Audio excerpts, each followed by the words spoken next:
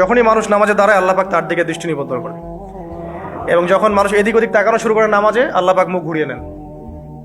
হ্যাঁ, নামাজে ওই যে আমরা যে ডিজিটাল নামাজ পড়ি না এখন, ডিজিটাল মানে 4 রাকাত নামাজ 4 মিনিটে শেষ। এক রুকু করলে সেজদা পাওয়া যায় না, সেজদার তাসবিহ পড়লে আবার এদিকে দেখা যায় যে দ্বিতীয় সেজদায় চলে গেছে অলরেডি ওঠার আগে। অনেক ক্ষেত্রে ইমাম সাহেবরাও খুব দ্রুত নামাজ পড়ান, অনেক দ্রুত পড়ান। এত দ্রুত নামাজ পড়াবেন কেন?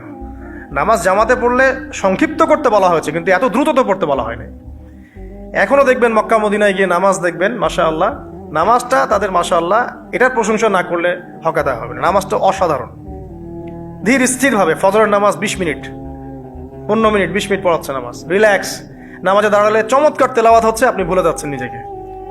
তেলাওয়াত হবে চমৎকার, এবং সবচেয়ে ভালো যিনি তেলাওয়াত করতে পারেন তাকে নামাজে দিতে হবে। রিল্যাক্সে নামাজ পড়বে।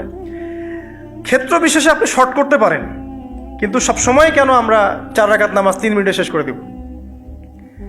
আবার নামাজের পর দোয়াটা হবে লম্বা, অথচ নামাজটাই ছিল দোয়া, নামাজটাই কিন্তু দোয়া। এখন সেজদায় আমরা যদি কান্নাকাটি করতে না শিখি, আল্লাহর সামনে আমি মাথা নত করেছি, এখানে নিজের মনের যত আবেগ আকুতি দোয়া এগুলো আল্লাহর সামনে ঢেলে না দিতে পারি, এই দোয়া কালাম না শিখি, তাহলে তো নামাজের আধ্যাত্মিকতা অর্জন হলো না। সাহাবীরা কেমন করে নামাজ পড়তেন যে নামাজ পড়ার পরেও তাদের গা থেকে তীর বের করা যায়?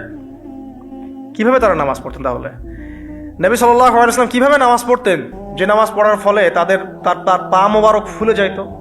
1 রাকাতে তিনি 4 পারা কোরআন তেলাওয়াত করতে পারলেন কিভাবে?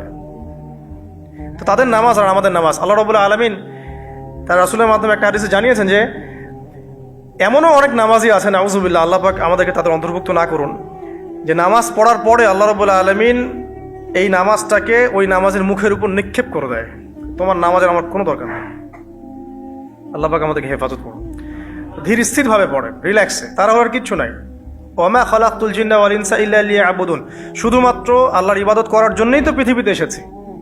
হোক না দোকানটা 5টা মিনিট পরে খুললে কি হবে? হ্যাঁ, জমিতে যান, জমিতে আধা ঘন্টা পরে গেলে কি হবে? যে আল্লাহ পাক আপনাকে বাঁচিয়ে রাখতে পারেন, সে আল্লাহ পাক আল্লাহর পথে সময় দিলে আপনাকে অফুরন্ত রিজিকও তো দিতে পারেন না? আপনি আল্লাহর হয়ে যান, বাকি সব আল্লাহ আপনার দায়িত্ব নিয়ে নেবে ইনশাআল্লাহ। আপনি নিজে আল্লাহর হয়ে যান, আপনার সব কিছু দায়িত্ব কে নিয়ে নেবে? আল্লাহ নিয়ে নেবে। তো আল্লাহ পাক আমাদেরকে ধীর স্থিরভাবে আধ্যাত্মিকত্ব অর্জন করে নামাজ পড়ার তৌফিক দান করুন, আমিন। তো দেখুন, আল্লাহকে পাওয়ার সবচেয়ে সেরা মাধ্যম কি?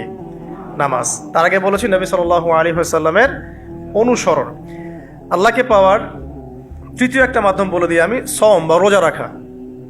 অল্প সময় গুটিয়ে নিচ্ছি, সওম বা রোজা রাখা। রোজা কেন আল্লাহকে পাওয়ার মাধ্যম জানেন? কারণ রোজা রাখা অবস্থায় আমরা কিন্তু গোপনে পানাহার করি না, করি? আমরা রোজা রেখেছি, গোপনে কিন্তু পানি খেতে পারি, কেউ দেখবে না। গোসল করছেন, আপনি পানি খেতে পারেন, কেউ দেখবে না। লুকিয়ে লুকিয়ে আপনি কিন্তু খাবার খেতে পারেন, কেউ দেখবে না, বাসায় কেউ নাই দেখার, কিন্তু আপনি খান না। আপনি সবর করেন, সহ্য করেন, একদম সূর্যাস্তের সময় গিয়ে আপনি ইফতার করেন। এই যে কাজটা আপনি কেন করেন? কারণ আপনি ফিল করেন যে আল্লাহ আপনাকে দেখছেন। কেউ আপনাকে দেখুক না দেখুক, আল্লাহ আপনাকে দেখছেন। এটাই হচ্ছে ইহসান, এটাই হচ্ছে আল্লাহ পাকের মারেফতকে উপলব্ধি করা।